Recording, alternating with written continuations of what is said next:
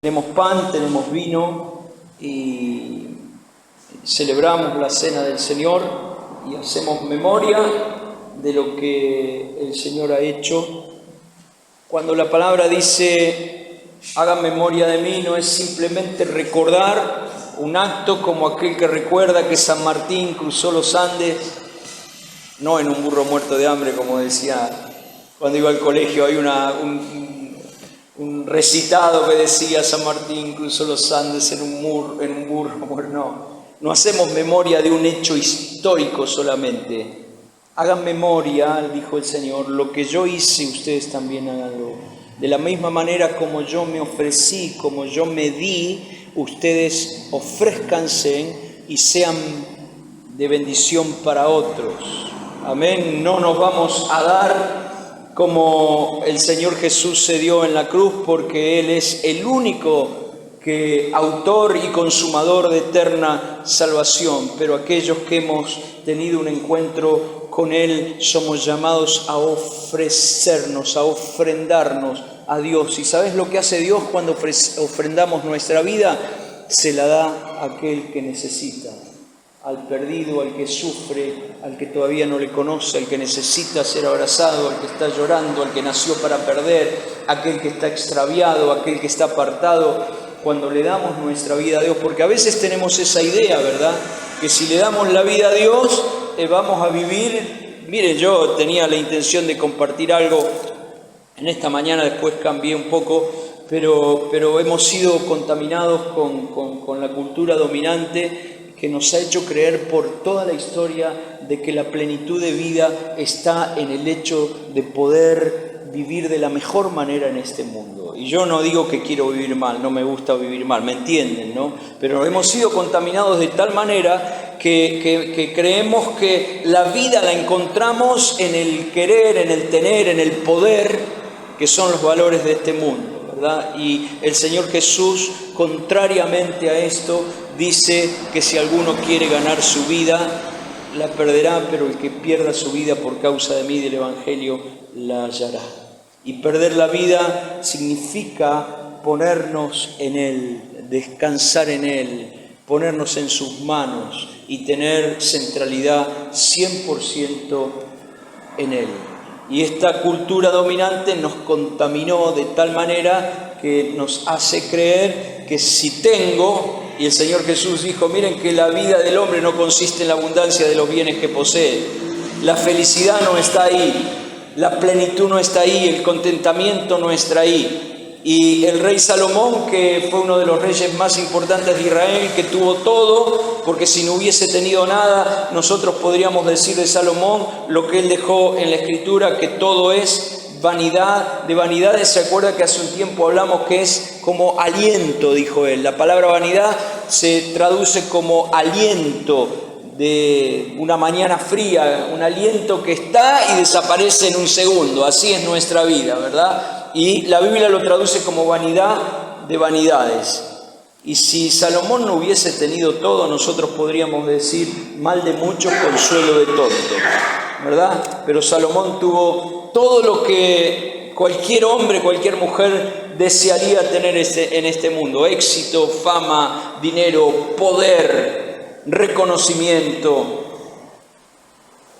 Mujeres, dice ahí, se bandió, terminó muy mal, pero él termina en el final de sus días diciendo: todo esto es vanidad de vanidad. Si el bien de todo hombre y de toda mujer es conocer a Dios, caminar en su voluntad cada día. Amén.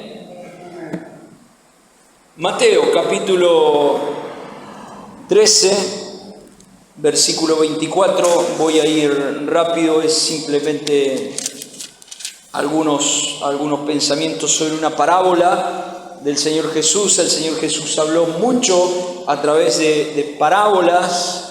La palabra parábola viene de paralelo, de paracleto, y el Señor Jesús enseñó mucho a través de parábolas, donde tomaba algún hecho cotidiano de todos los días que el pueblo estaba familiarizado y sacaba una enseñanza espiritual.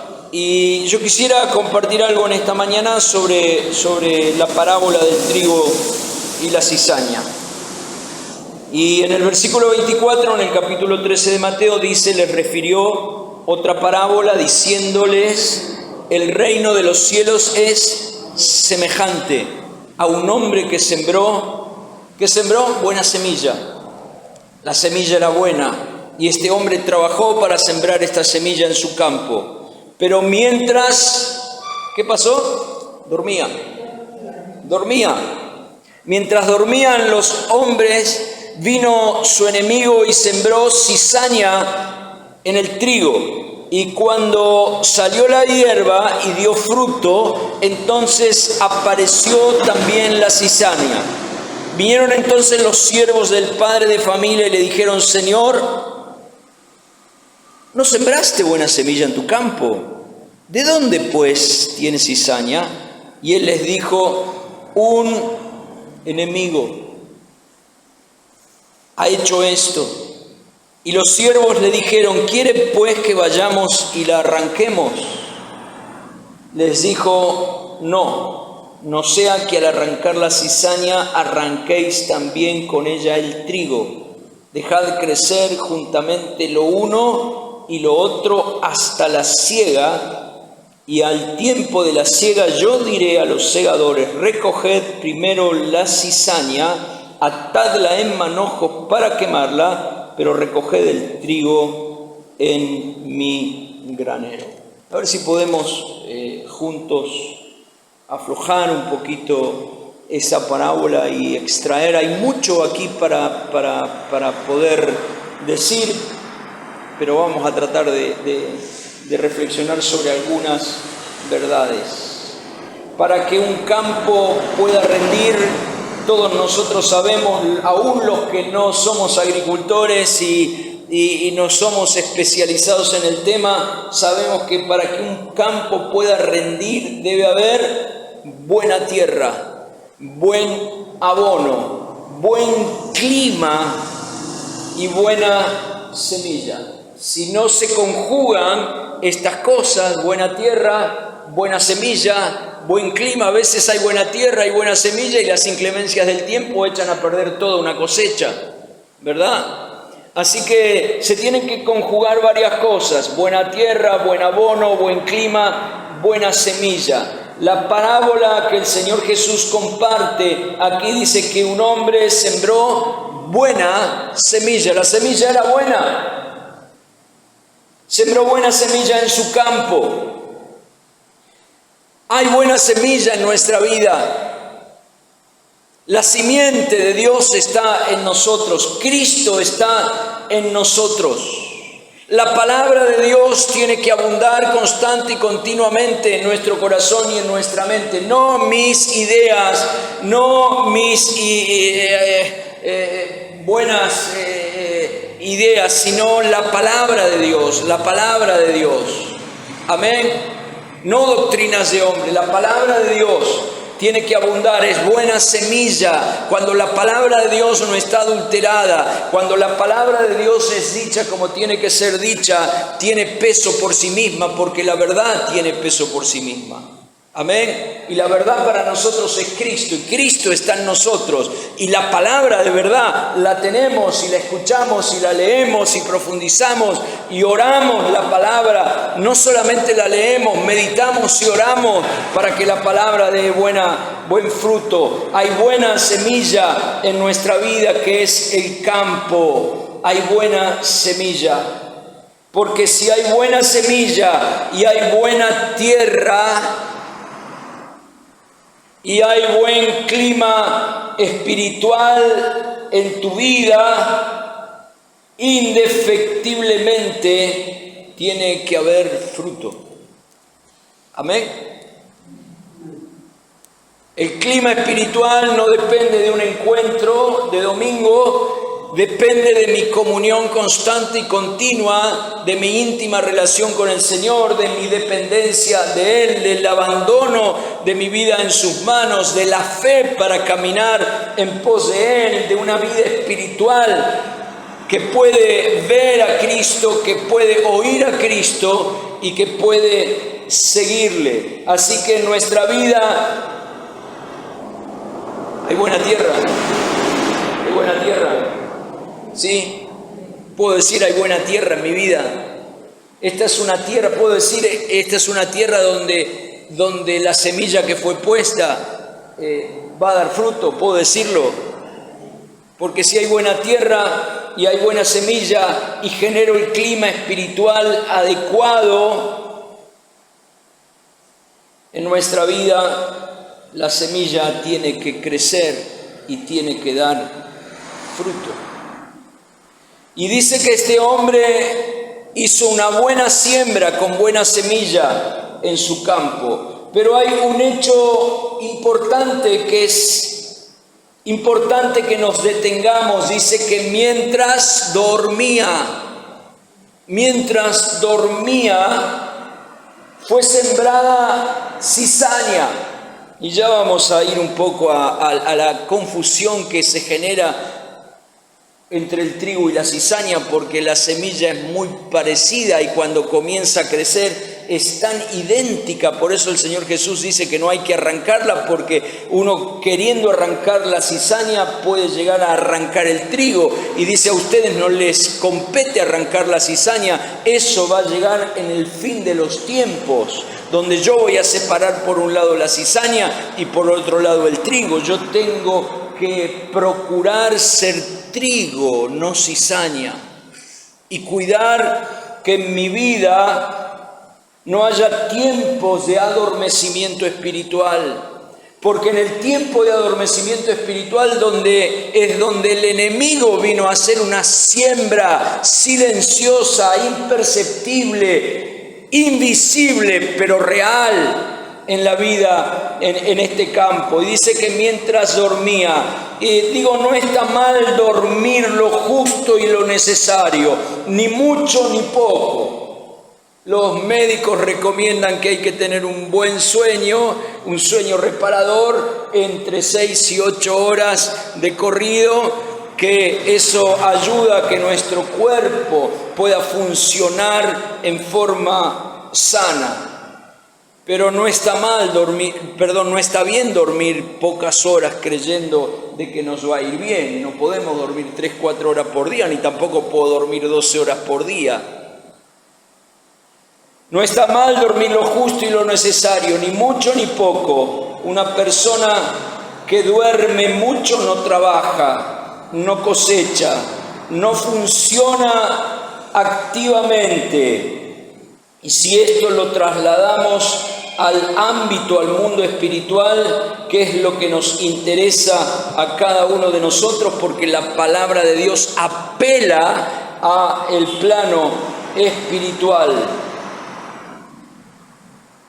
Vemos que la cizaña fue sembrada mientras el dueño del campo dormía. Cuando alguien duerme profundamente, se le puede hacer cualquier cosa. El que duerme no está atento, no está alerta, no tiene los ojos abiertos, no tiene los sentidos funcionando. Yo recuerdo en el servicio militar que cuando dormíamos, algunos no dormían, algunos dormíamos, otros no dormían, y los que no dormían hacían cosas a los que dormían. Y yo me acuerdo que en una mañana alguien, en una madrugada que no dormía, en un borceguí hizo sus necesidades para que el otro que estaba durmiendo, a la mañana cuando sonara el silbato de levantarse, había que cambiarse rápido y se puso el borceguí y ahí adentro estaban las necesidades del otro. Porque uno no está atento, no está alerta, está durmiendo. Y cuando uno duerme, está en un estado donde otros pueden hacer lo que se le place. La Escritura nos habla del adormecimiento espiritual, que es una actitud de no discernir, de no estar alerta en el plano espiritual, una actitud de descuido, una actitud de liviandad, de no estar atento. El que duerme no come, no bebe, y nos alerta de no dormir espiritualmente. Estamos en un tiempo Miren, en un tiempo de conflicto espiritual, cuando un soldado, a mí me tocó estar en pleno proceso de la guerra de Malvinas en el servicio militar, y aquellos que eran los que estaban sobre nosotros en el ejército nos levantaban a la madrugada y nos decían: hay que ir a descargar un avión, hay que ir a tal lugar. El soldado que está en guerra no duerme.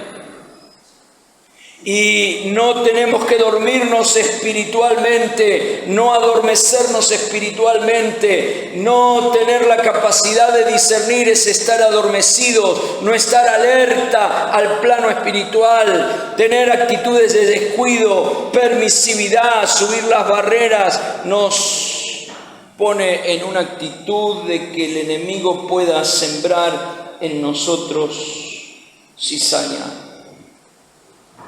La palabra de Dios en Efesios capítulo 5, versículo 14 dice: despiértate tú que duermes, y te alumbrará Cristo. Le está hablando a aquel que está adormecido, aletargado, anestesiado espiritualmente, el que está aletargado, anestesiado, espiritualmente dormido, no le entra una bala. Es como si su corazón y su conciencia estuviesen cauterizadas. No hay palabra, no hay hecho que pueda penetrar su vida, no es permeable ni a la palabra ni a la presencia del Señor. Está dormido, está letargado, y el diablo quiere que perpetuemos este estado en nuestra vida. Mientras estemos dormidos es el ambiente propicio para una siembra espiritual. Despiértate tú que duermes, y te alumbrará Cristo. Despiertos espiritualmente. Isaías capítulo 52 dice: despierta, despierta, vístete de poder. Cuando estamos aletargados y dormidos espiritualmente, hay una ausencia del poder de Cristo, y la palabra nos anima: despierta, despiértate, vístete de poder. La Biblia nos da algunos ejemplos de las 10 vírgenes. Dice que 5 vírgenes quedaron casi dormidas, comenzaron a cabecear mientras esperaban la venida del esposo, pero hubo 5 vírgenes prudentes que no durmieron, que velaron y que mantuvieron la vasija llena, las lámparas llenas de aceite. Y es algo que nosotros tenemos que mantener, nuestras lámparas encendidas, porque el Señor viene pronto. Y si el Señor no viniera pronto, como algunos de nosotros creemos, y dice la palabra, algunos creen que el Señor se tarda, en cualquier momento podemos pasar a la presencia del Señor. Y el día que esté delante de la presencia del Señor, yo quiero escuchar la voz del Señor que diga: buen siervo fiel, sobre poco has sido fiel, sobre mucho te pondré, entra en el descanso de tu Señor. Mantener las lámparas llenas de aceite, no importa el estado que estemos viviendo, no importa las adversidades que estemos atravesando, no importa, es nuestro trabajo mantener las lámparas llenas de aceite. 5 vírgenes se durmieron, no velaron, y cuando el esposo vino, dice que las que tenían aceite entraron y fue cerrada la puerta. Hay un texto en Hechos capítulo 20 que cita a un hermano mientras el apóstol Pablo predicaba. No sé cuánto tiempo habrá disertado. Bueno, acá la Biblia dice que me parece que disertó toda la noche y predicó toda la noche. Hechos 20, versículo 9.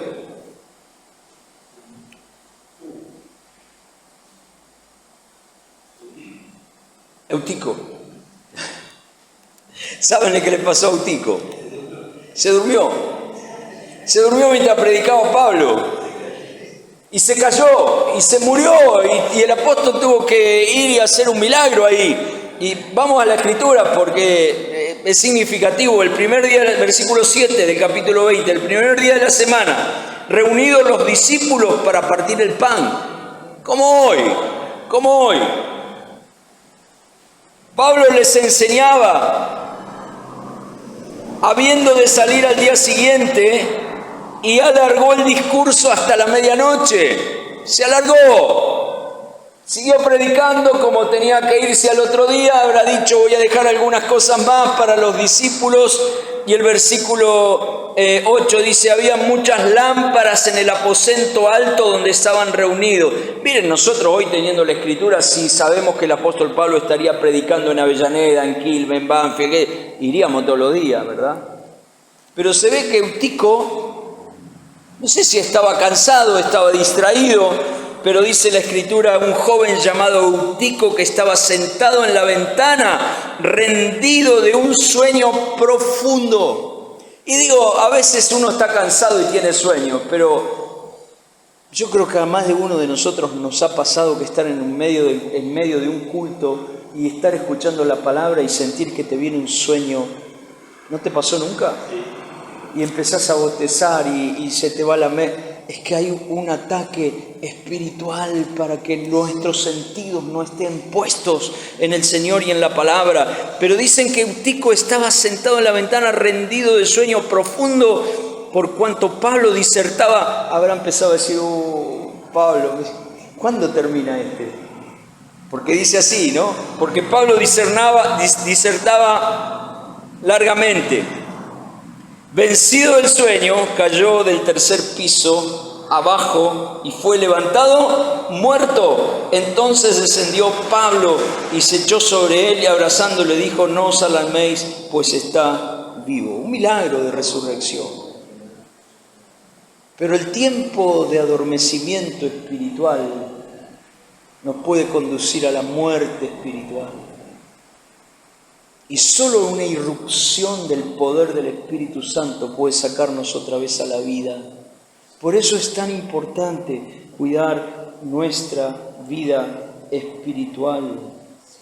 Eutico se perdió la gloria, se perdió la palabra, perdió la vida. Y Pablo tuvo que hacer un milagro para devolverlo a la vida. Lo contrario a dormir en la Escritura es velar. Y la palabra constantemente nos anima, por ejemplo, en 1 de Pedro 5:8 dice, sean sobrios y velen. Velar es estar despierto espiritualmente, es estar atentos. Espiritualmente es discernir lo que pasa en el plano espiritual. Sean sobrios y velen, y dice por qué. Porque vuestro adversario, el diablo, anda como león rugiente buscando a quien devorar. No es ningún león, pero anda como un león rugiente buscando. Y le voy a dar una noticia. El diablo no es vegetariano, el diablo come carne. Vos le tirás una tarta de acelga a un león, no la va a comer. Tirale un churrasco y lo va a devorar. Cuando estamos dormidos, dejamos de vivir en el espíritu para vivir en la carne. Y el diablo, nuestro adversario, el diablo, y no podemos ignorar las maquinaciones de las tinieblas, nos habla de un mundo espiritual real, de una siembra espiritual real. Mi hermano, no podemos dormirnos, no podemos, hay montones de cosas que nos anestesian y nos duermen espiritualmente.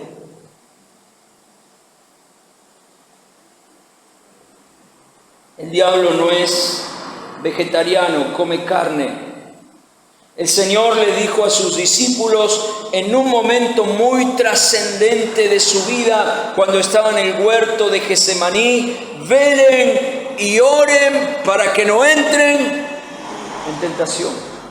La oración me mantiene despierto espiritualmente, me mantiene velando, me mantiene con discernimiento, entendiendo lo que pasa en el mundo espiritual. Velen y oren para que no entren en tentación. Un pasaje en Lucas 12:37.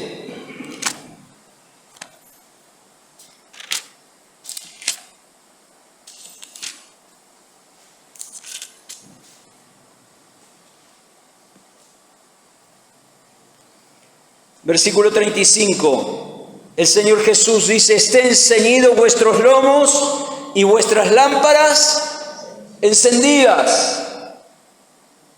Y vosotros sed semejantes a hombres que aguarden que su Señor regrese de las bodas, para que cuando llegue y llame, le abran enseguida. Bienaventurados aquellos siervos a los cuales su Señor cuando venga los halle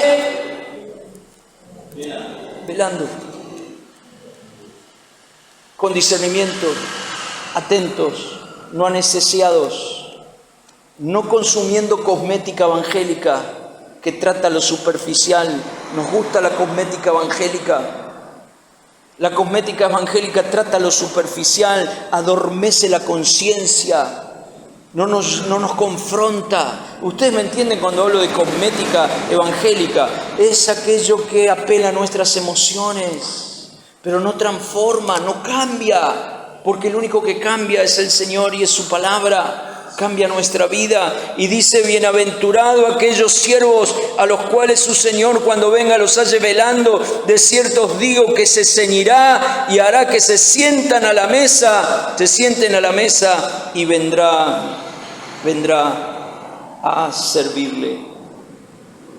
Apocalipsis capítulo 16, hay otro pasaje allí.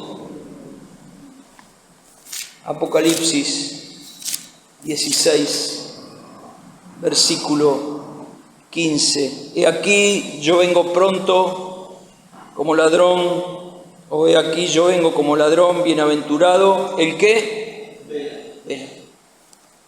Bienaventurado el que vela y guarda sus ropas, para que no ande desnudo y se vea su vergüenza. La palabra de Dios nos anima a desvestirnos del viejo hombre y vestirnos del nuevo, creado según la justicia de Dios. Aquel que vela y guarda sus ropas es aquel que está revestido de Cristo. Amén. Y aquí yo vengo como ladrón.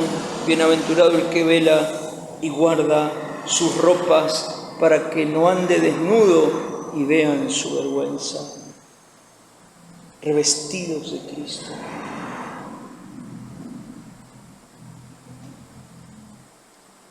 Cizaña es una hierba venenosa que es similar al trigo cuando está en proceso de crecimiento.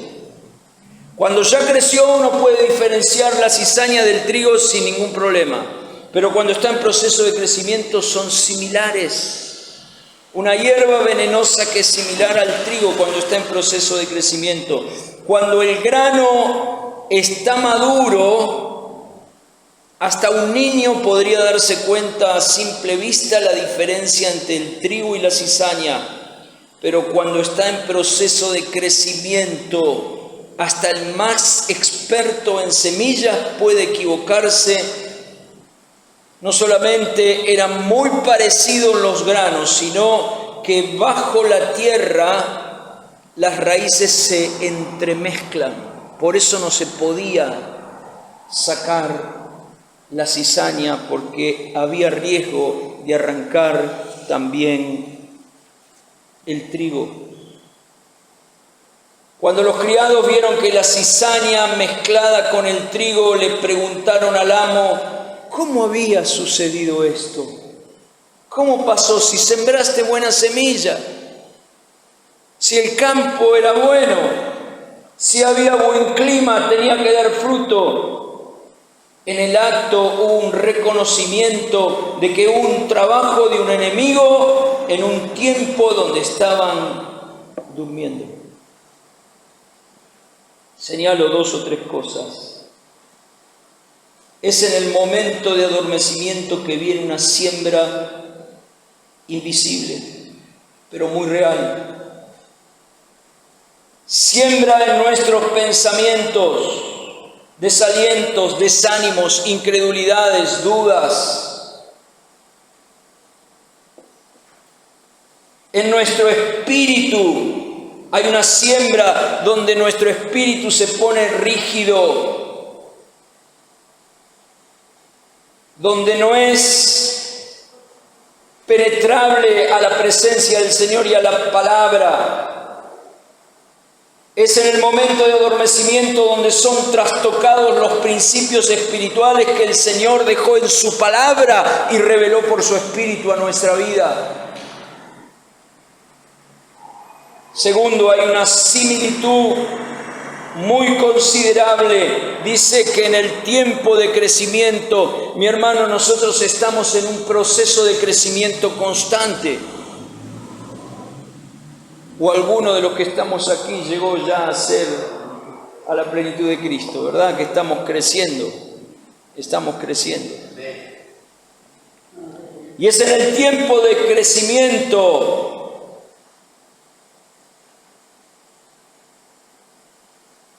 que es necesario que estemos despiertos. En este tiempo hay muchas cosas que parece que son verdaderas y no lo son. Cada vez lo trucho abunda más. Abunda. Plata falsa, cada vez es mejor la falsificación. Conocí a alguien que vendía agua mineral. Y después de un tiempo me enteré que llenaba los bidones en el fondo de su casa y los embotellaba y los tapaba y los vendía como agua mineral. Trucho, falso, no era agua mineral, era agua potable. Dinero falso, agua adulterada, dólares cada vez mejor hechos para falsificar, para estafar. Cristianos, entre comillas, que parecen que son, pero no son. Pero han adoptado todas las formas y hablan como cristianos y asisten a las reuniones pero su corazón está lejos de mí, dice el Señor. Este pueblo me honra de labios, puede pasar, y su corazón. Por eso es importante estar atentos.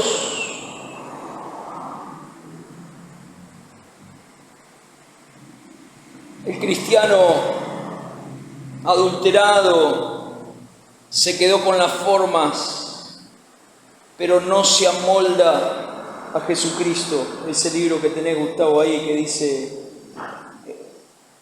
sobre el carácter del pastor Jorge Mitián, formación del carácter. Se quedó con las formas, pero no quiere ser tratado en el carácter. Y yo siempre digo que si Dios no puede tratar con nuestro carácter, si Dios no puede tratar con mi carácter, ¿qué cambió? ¿Qué cambió? ¿Qué cambió? Nada. Me transformé en alguien que asiste a reuniones, que usa un lenguaje evangélico, que canta, que está en un grupo de gente, pero que no he podido ser transformado en nada. Sigo siendo la misma persona. Y pasan los años y lo único que pasó es que se me cayó el pelo, pero sigo teniendo el mismo carácter. Actúo de la misma manera, reacciono de la misma manera, hablo de la misma manera. No hay cambio, no hay transformación. El cristiano light, como los productos light que hoy hay. ¿Vieron hoy la coca sin azúcar, la manteca sin grasa, la cerveza sin alcohol? Y un cristiano light, sin contenido, sin peso de gloria, sin vida. liviano, que lo único que le interesa es el consumismo, el materialismo, y que todas estas cosas lo adormecieron espiritualmente. El cristiano laico se quedó con las formas, pero no se amolda a Jesucristo. Y delante del Señor no va a pasar nada falso. Parece que todo es igual, pero la diferencia se va a ver, y dice: en el tiempo de la siega. En el tiempo de la siega. Es nuestro desafío permanecer fieles hasta el fin, apasionados hasta el fin, para que cuando llegue el día de la siega esté en el granero del Señor y no en el horno de fuego. Les decía, ropa adulterada, zapatillas adulteradas, plata falsa, cristianos laicos que se quedan con las formas, pero que no pueden ser tratados por el Señor. El enemigo ha sembrado muy bien en medio nuestro y en nuestras vidas una religión evangélica sin vida. Hacemos todo lo que exteriormente un cristiano tiene que hacer, pero sin contenido espiritual. Hay una mezcla en las raíces. Hay mucha mezcla. Digo algunas cosas y termino. Que venga a un culto no significa que viva en el reino de Dios. Amén. Que asista a los cultos. ¿Se puede asistir a los cultos y seguir viviendo en el reino de las tinieblas? Sí, se puede, ¿verdad? Se puede venir a todos los cultos y sigo yo gobernando mi vida y haciendo lo que se me place. Al reino de los cielos no se entra por la puerta del salón, al reino de los cielos se entra por la única puerta de entrada al reino, que es Jesucristo, y esa puerta se abre con fe y con arrepentimiento, donde tengo que rendir mi vida a Él. ¿Por qué alabo? Bueno, alabo porque me gusta cantar. Pero si la motivación es esa. Me gusta estar con los hermanos, me gustan las canciones que cantan. Hay gente que piensa así por años. ¿Por qué alabo? Si la motivación de mi alabanza no es la gratitud, no es la expresión de amor, porque he sido lavado, limpiado, perdonado, solamente es canción. No tiene contenido. ¿Por qué adoro? Bueno, adoro porque la presencia del Señor me gusta y todos disfrutamos cuando la presencia del Señor se manifiesta entre nosotros en un tiempo de adoración. ¿Pero qué me motiva a adorar? La palabra adorar significa amar exageradamente. La adoración es la consecuencia de nuestro amor a Él. Dice la Escritura que Dios está buscando adoradores que le adoren en espíritu y en verdad. Hombres y mujeres que adoren porque lo aman y no por algún interés en particular, ni siquiera por su misma presencia, sino por Él. ¿Por qué busco la santidad? Busco la santidad porque, bueno, necesito algún favor del Señor, o busco la santidad porque no quiero ofender a aquel que amo. Porque entendí que he sido lavado, limpiado, apartado por Él y para Él. ¿Por qué sirvo? Y bueno, sirvo porque algo hay que hacer en la iglesia y no se puede. No. El servicio que honra a Dios, ese es el servicio que se desprende de una vida que está rendida. Porque Él es mi Señor. No sirvo descontroladamente haciendo cualquier cosa que me venga a la mano.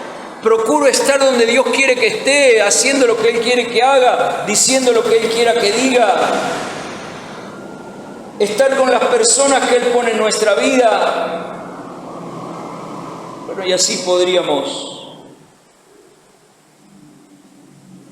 detallar un montón de situaciones.